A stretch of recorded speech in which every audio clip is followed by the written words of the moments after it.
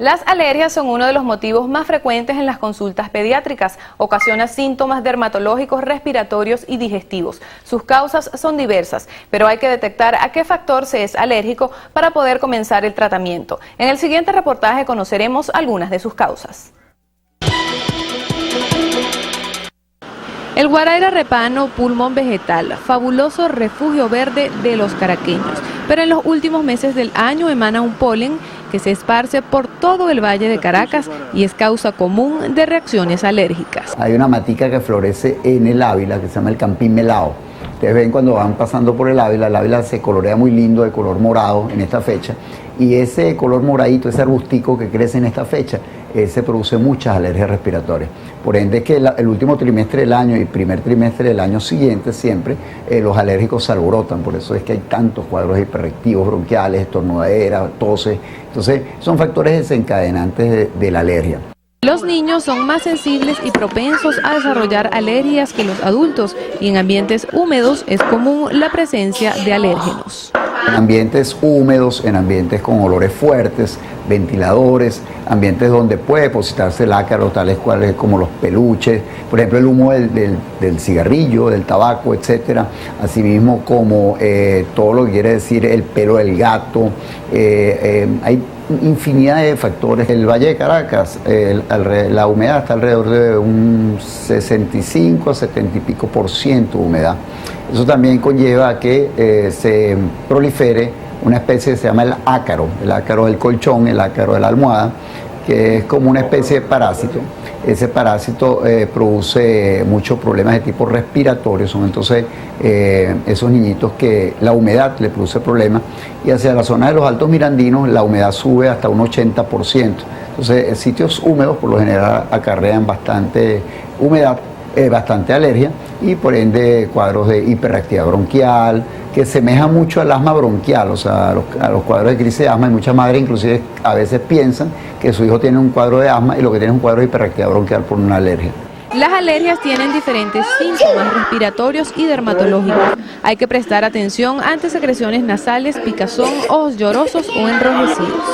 Los problemas respiratorios pueden empezar desde una rinitis, esa estornudera continua del niño, el escozor en la nariz, la estornudera frecuente, hasta acompañándose de tos, sobre todo esas toses nocturnas, esas toses que el niño no le permite conciliar el sueño.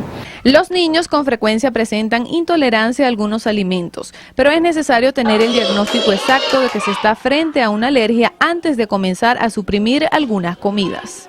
Muchos casos que empiezan a rotar las fórmulas infantiles porque piensan que es alergia a esta fórmula, a la otra fórmula. El niño pasa por 5 o 6 fórmulas diferentes y resulta que no le han hecho una prueba de alergia a la caseína, que es la proteína de la leche, a la soya, que es la proteína de la fórmula de soya, o al maíz, que es la proteína de una fórmula de maíz.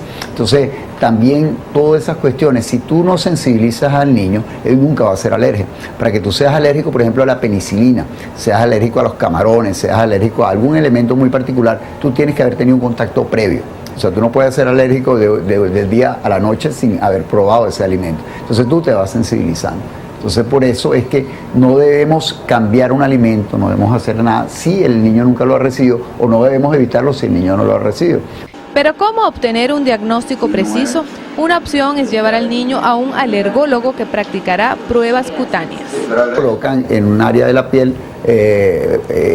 son como unos puyacitos que no llegan a inyectar ni nada, y te inoculan un poquito del alérgeno de cada elemento. Por ejemplo, el ácaro, te inoculan cualquiera de estos elementos, el trigo, etcétera, y ven el halo que se forma, o sea, el redondito que se forma alrededor de donde fue puesto la prueba, y sí te puede inducir a una respuesta alérgica en piel.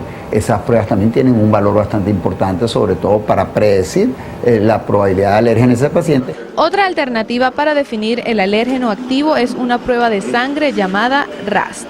Hoy en día se pueden hacer RAST, R-A-S-T, se denomina las 4 siglas, hacia ciertos alimentos, hacia ciertos factores ambientales, y tú lo tomas en sangre. Esos niveles en sangre, si están aumentados, eso te puede, sobre 0,34, ya tú puedes hablar de que hay alergia a ese componente, ya sea de tipo ambiental o ya sea de tipo alimentario.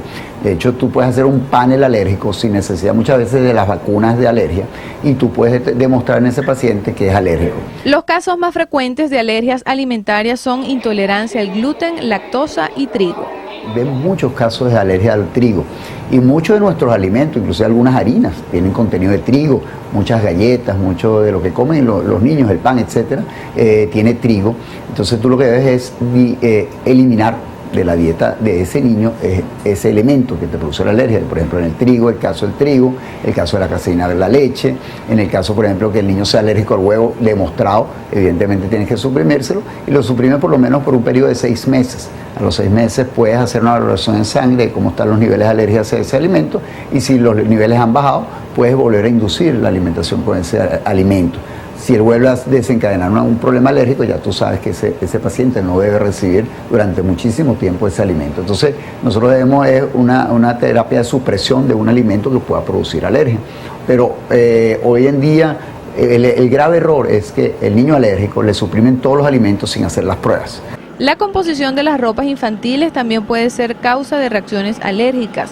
Se sugiere evitar sintéticos y lavar las prendas con detergentes suaves con un chorro de vinagre en el último enjuague. Los niños están haciendo alergias inclusive hasta los suavizantes de ropa, a los jabones de la ropa, a los jabones de la piel, inclusive a las telas. O sea, si la tela, por ejemplo, no es de algodón 100%, hay niñitos que hacen alergia al poliéster, a las mezclas.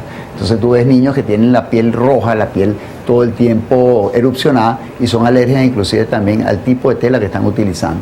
¿A qué se ha debido todo eso? Son una serie de contaminaciones ambientales, una serie de sintéticos que se están utilizando que no son de la mejor calidad y están produciendo ese tipo de problemas. La contaminación de la ciudad, el exceso de químicos en nuestro día a día han sido determinantes en las recurrentes alergias de los niños de esta época.